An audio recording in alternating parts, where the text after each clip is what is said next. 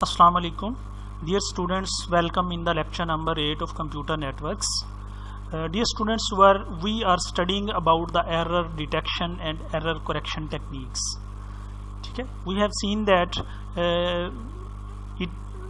there are great chances of errors during transmission due to interference and power surges.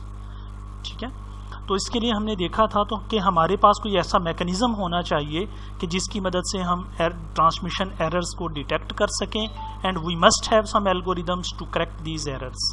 इस हवाले से हमने ये भी बात की थी कि नॉर्मली हम कंप्यूटर नेटवर्क्स के अंदर तीन तरह की टेक्निक्स जो हैं वो एरर डिटेक्शन और करेक्शन के लिए यूज़ की जाती हैं and these techniques are parity check, checksum and cyclic redundancy check.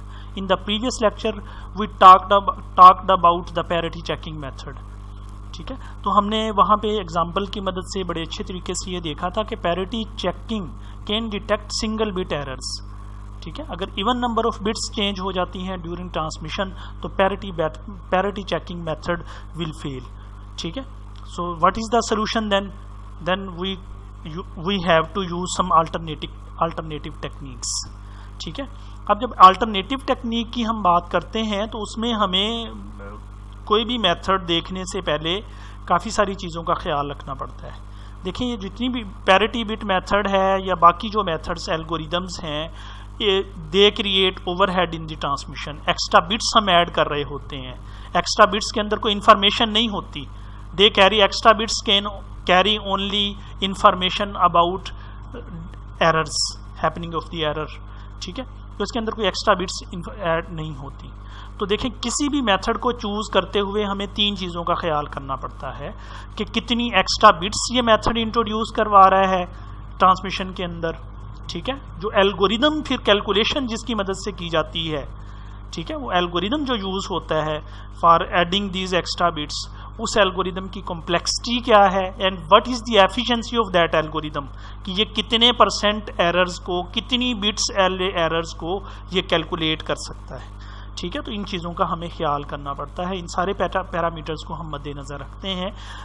Now we talked about the checksum method that is a little bit better technique as compared to parity checking. ठीक है, what is checksum method? Checksum method is a block code method where a checksum is created based on the data values in the data blocks to be transmitted using some algorithm and appended to the data.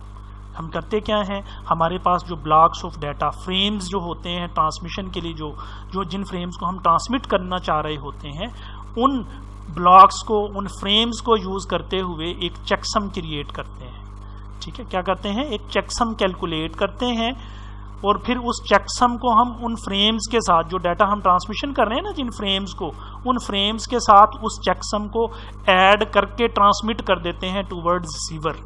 ठीक है, तो what the receiver then do, receiver क्या काम करता है, when the receiver gets this data, जब receiver के पास ये डाटा पहुंचता है, frames and the calculated checksum, receiver क्या काम करेगा, a new checksum is calculated, receiver will calculate the new checksum based on the received frames.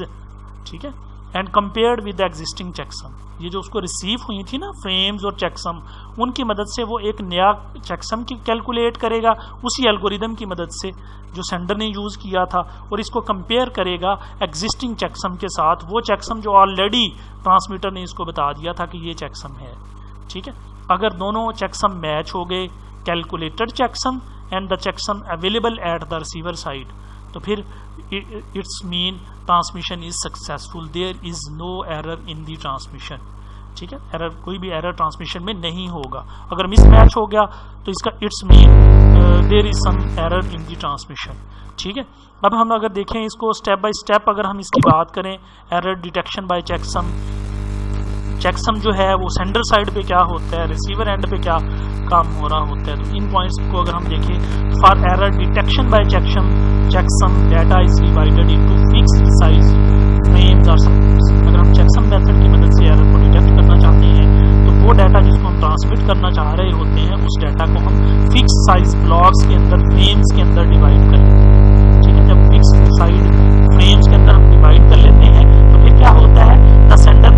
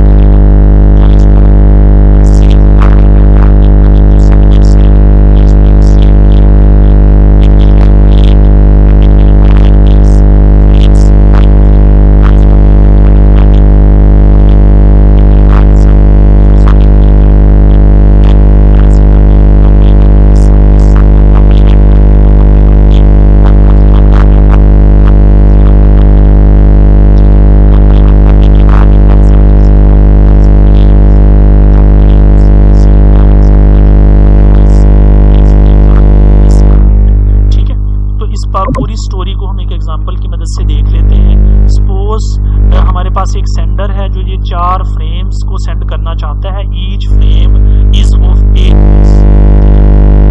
कौन से हैं? फ्रेम नंबर 1 1100 1100 1010 1010 1111 0000 and 110000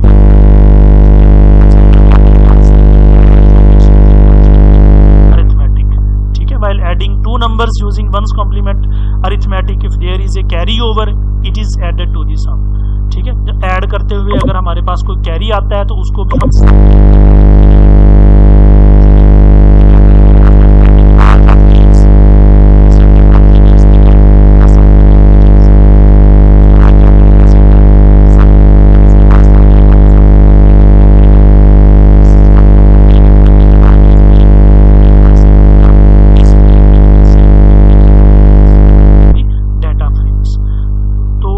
क्या करेगा? The receiver performs one complement arithmetic sum of all the frames including the checksum. The result is complemented at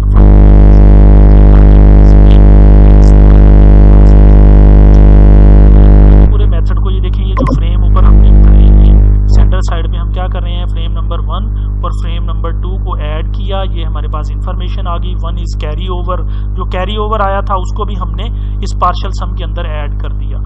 तो ये हमारे पास frame आ गया। इसके अंदर हमने थर्ड फ्रेम को ऐड किया। थर्ड फ्रेम को ऐड करने के बाद हमारे पास ये पार्शियल सम आ गया। Here is also an carry over. इस कैरी ओवर को अगेन हमने सम में ऐड कर दिया। Then fourth frame is added to the frame. Fourth frame को भी जब हमने इसमें पार्शियल सम में ऐड किया तो हमारे पास ये रिजल्टेंट सम आ गया। इसका जो कैरी ओवर इसमें भी जनरेट हुआ था उसको भी हमने further Now we got final sum 00101110। सम को हमने कॉम्प्लीमेंट कर देना है। कॉम्प्लीमेंट मीन 0 को 1 बना देना है, 1 को 0 बना देना है। We will got the checksum 11010011। This checksum is sent along with the data frames। ये जो checksum हमने यहाँ पे कैलकुलेट किया है, इस checksum को हमने डाटा फ्रेम्स के साथ अपेंड करके ट्रांसमिट कर दिया। तो फिर रिसीवर साइड पे क्या होगा? रिसीवर साइड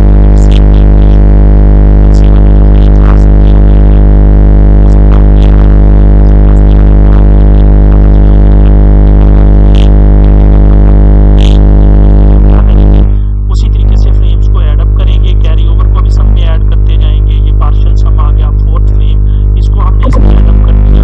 ये फाइनली हमने सम ले लिया, दैट इज 00101100।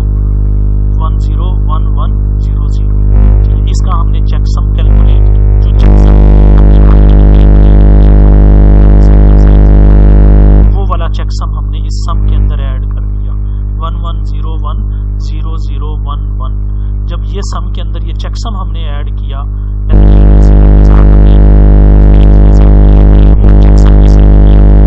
यहाँ तक हमने फ्रेम्स को ऐड अप कर लिया हुआ है।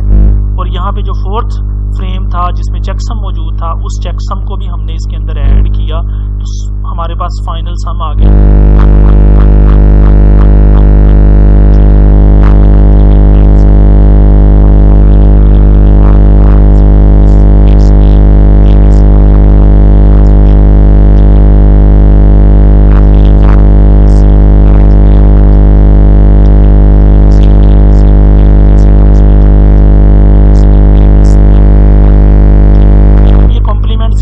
all zeros ना आए तो